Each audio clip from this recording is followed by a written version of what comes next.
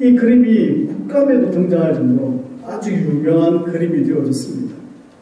이 고등학생 눈에는 이 사회가 그렇게 보였던 것이죠. 불공정해 보였고 불평등해 보였던 그러한 사회의 모습들을 그 그림이라고 하는 것을 통해서 그대로 표현하고 있었던 것입니다.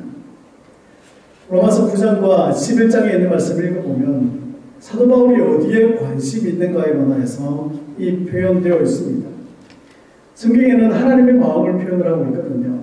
그런데 9장과 11장에 있는 말씀을 보니까 사도 바울이 가지고 있었던 그러한 관심, 그러한 마음의 모습들을 표현을 하고 있는데 제가 9장 1절과 3절에 있는 말씀을 표준 세번역으로 한번 읽어보겠습니다. 나는 그리스도 안에서 참말을 하고 거짓말을 하지 않습니다. 내 양심이 성령을 힘입어서 이것을 정언하여 줍니다. 나에게는 큰 슬픔이 있고 내 마음에는 끊임없는 고통이 있습니다. 나는 육신으로 내 동족인 내 교회를 위하는 일이면 내가 저주를 받아서 그리스도에게서 끊어질지라도 달게 받겠습니다. 로마서를 시작하면서 특히 9장과 11장을 시작하면서 바울이 어디에 관심이 있는가를 표현을 하고 있습니다. 사도 바울은 자기의 동족인 이스라엘에게 많은 관심이 있었습니다. 이스라엘이 구원을 받지 못하면 어떻게 해야 될 것인가? 이스라엘이 하나님의 구원 계획에서 제외되면 어떻게 될 것인가 라고 하는 그런 고민들이, 그런 걱정들이 그에게 있었습니다. 이 이스라엘을 바라볼 때마다 그 마음에 이 넘쳐오르는 그런 슬픔들과 고통들이 이 바울의 삶을 지배했거든요. 그러니까 바울은 이러한 이스라엘을 바라보면서 하나님께 끊임없이 기도했습니다. 마치 모세가 백성들을 바라보며 기도했던 것처럼 이 바울이 그의 백성들을 바라보면서 하나님께 기도했던 것입니다.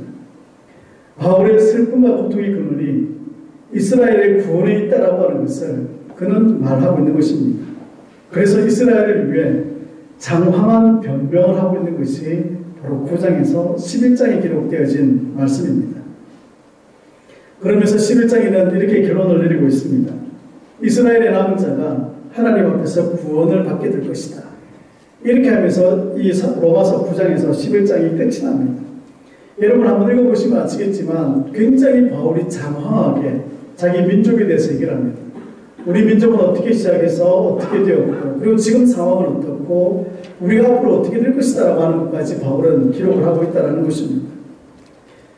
바울이 복음을 전할 때에 많은 사람들이 주님에게로 돌아왔습니다. 하지만 한참 열심히 바울이 복음을 전하고 있는데 마치 자기가 스스로 감옥에 갇혀서 이 감옥에 스스로 갇힌 감옥이 아니지만 감옥에 갇혀서 교회를 돌아볼 수 있는 시간이 생겼습니다.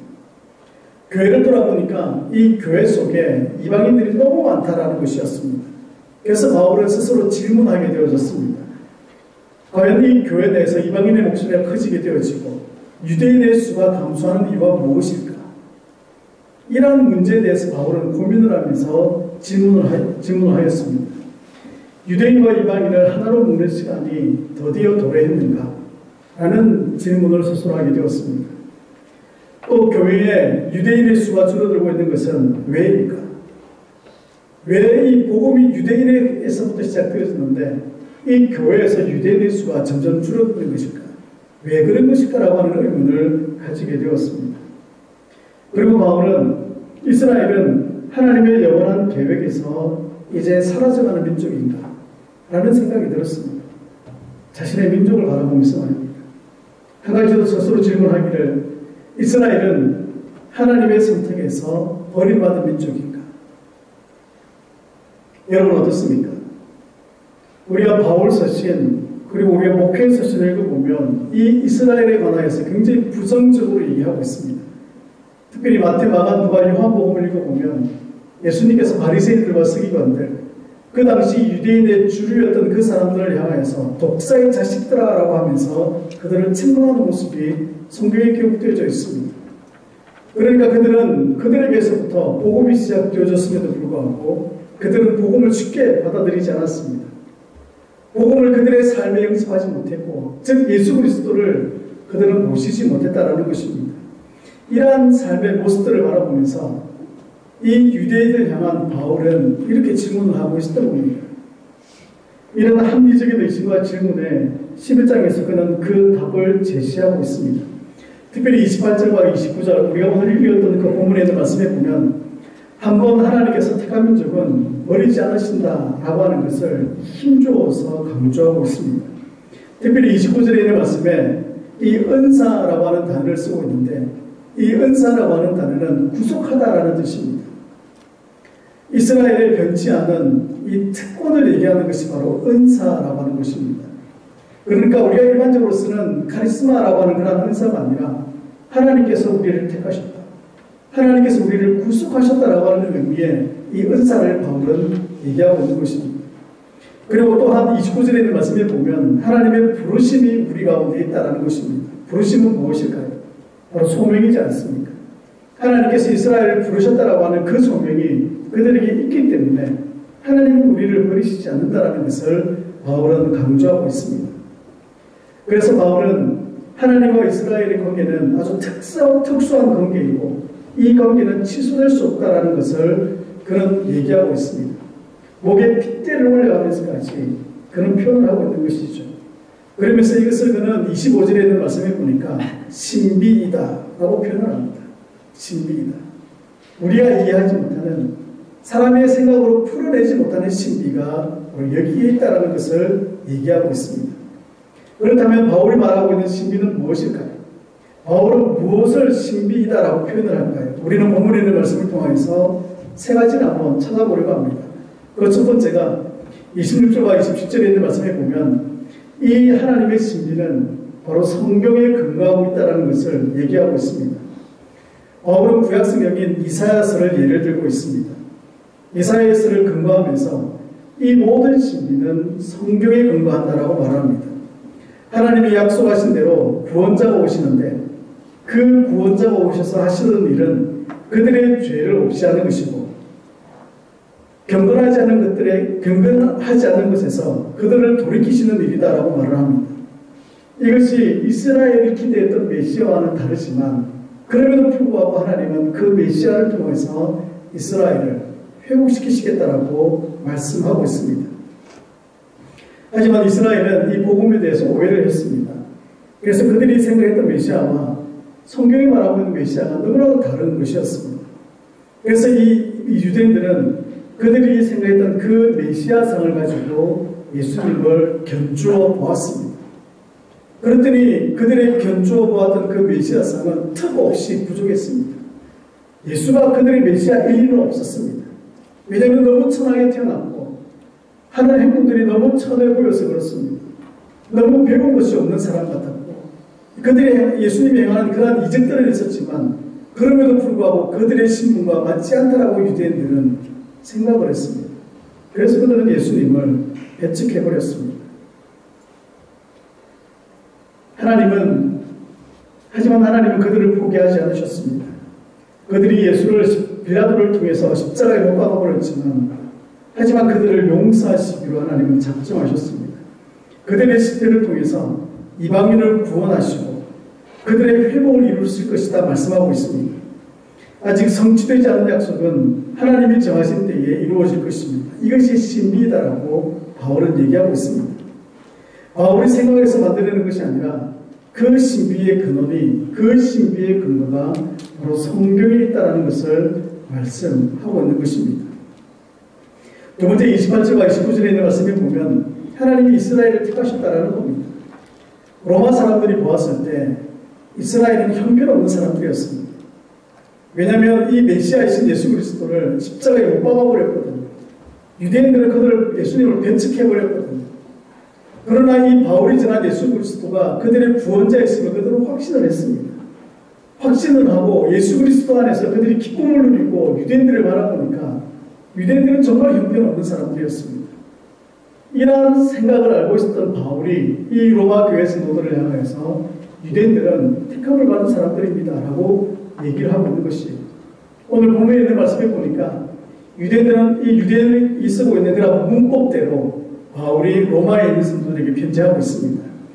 여기 보면 복음으로 하면 그리고 택하심으로 하면 너희로 말미암아 조상들로 말미암아 원수된 자와 사랑을 입은 자 이렇게 대조적이면서도 짝을 이루는 문장을 쓰면서 바울은 로마에 있는 성도들에게 유대인이 너희들의 눈에는 형편없이 보이지만 그럼에도 불구하고 하나님은 우리를 사랑하시고 버리지 않으신다라고 하는 것을 얘기하는 것입니다.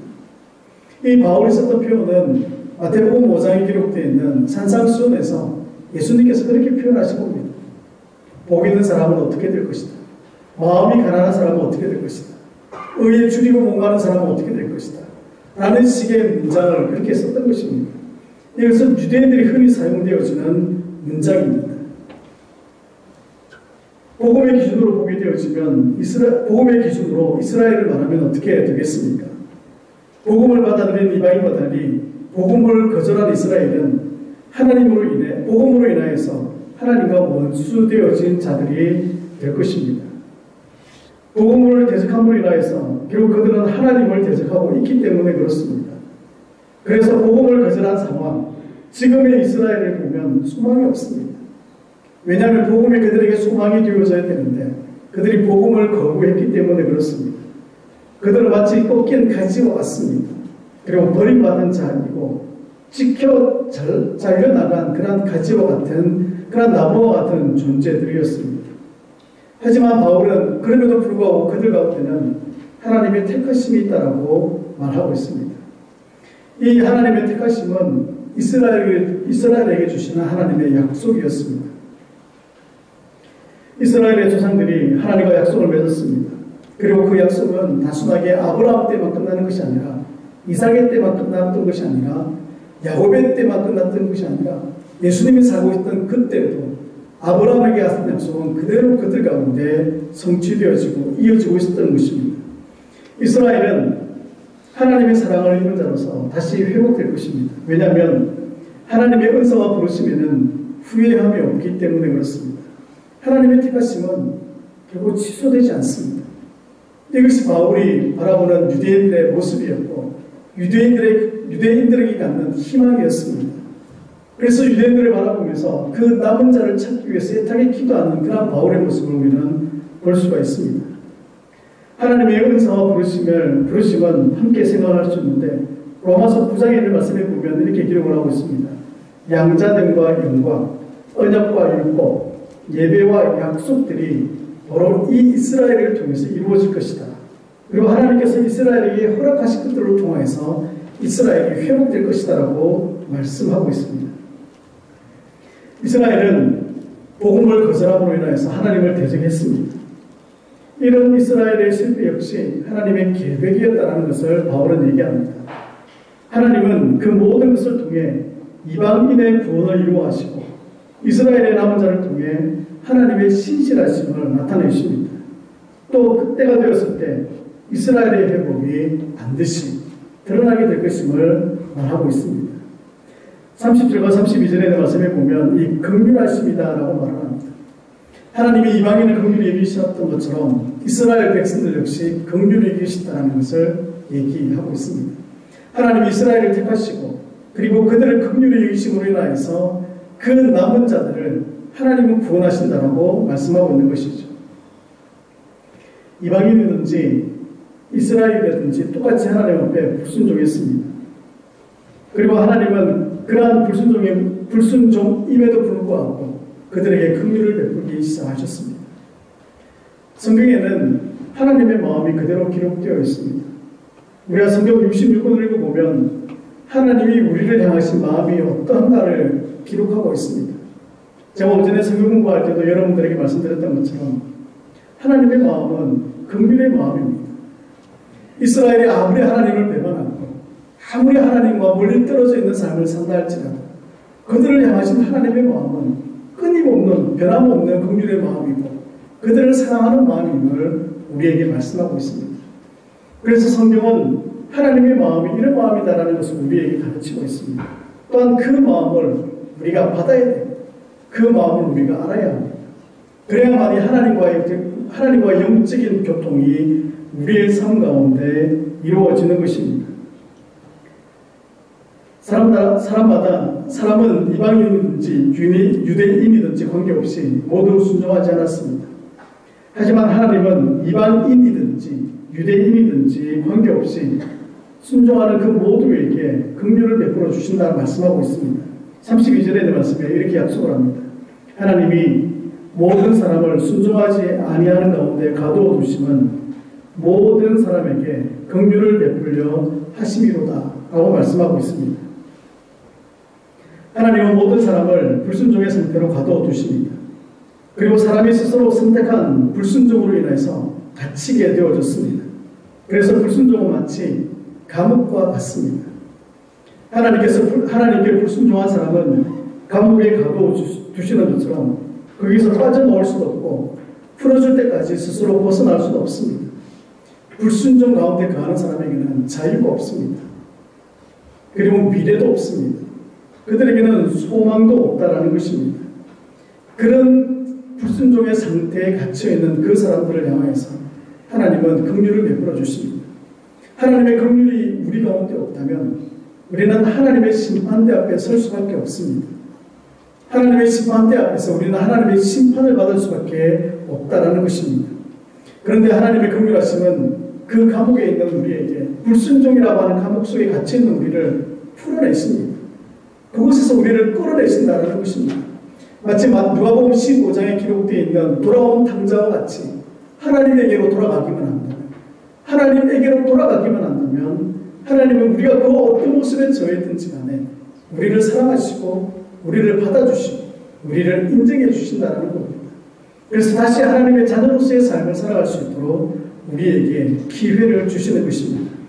모든 사람이 이 불순종이라고 하는 감옥 속에 갇혀 있다 할지라도 하나님은 그 불순종이라는 감옥 속에서 우리를 건져주시기를 원하고 있다는 것입니다. 우리에게 긍휼을 베풀어 주시기 위해 하나님은 감옥을 사용하셨습니다. 그러나 우리가 주의해야 할 것이 있습니다. 우리가 이단들 가운데는 하나님의 구원의 보편주의라고 얘기를 합니다. 만인 구원론이라고 사람들은 말을 합니다. 믿든지 믿지 않든지 관계없이 하나님은 우리를 구원하신다라고 사람들은 생각을 합니다. 절대 그렇지 않습니다. 사람들이 그 근거로 요한복음 3장 16절에 있는 말씀을 듭니다. 하지만 그러한 것들은 전혀 근거가 없습니다. 그래서 이 바울은 로마서를 시작하면서 로마서 1장 16절에 있는 말씀에 이렇게 기록을 하고 있습니다. 내가 복음을 부끄러워하지 아니하노니 이 복음은 모든 믿는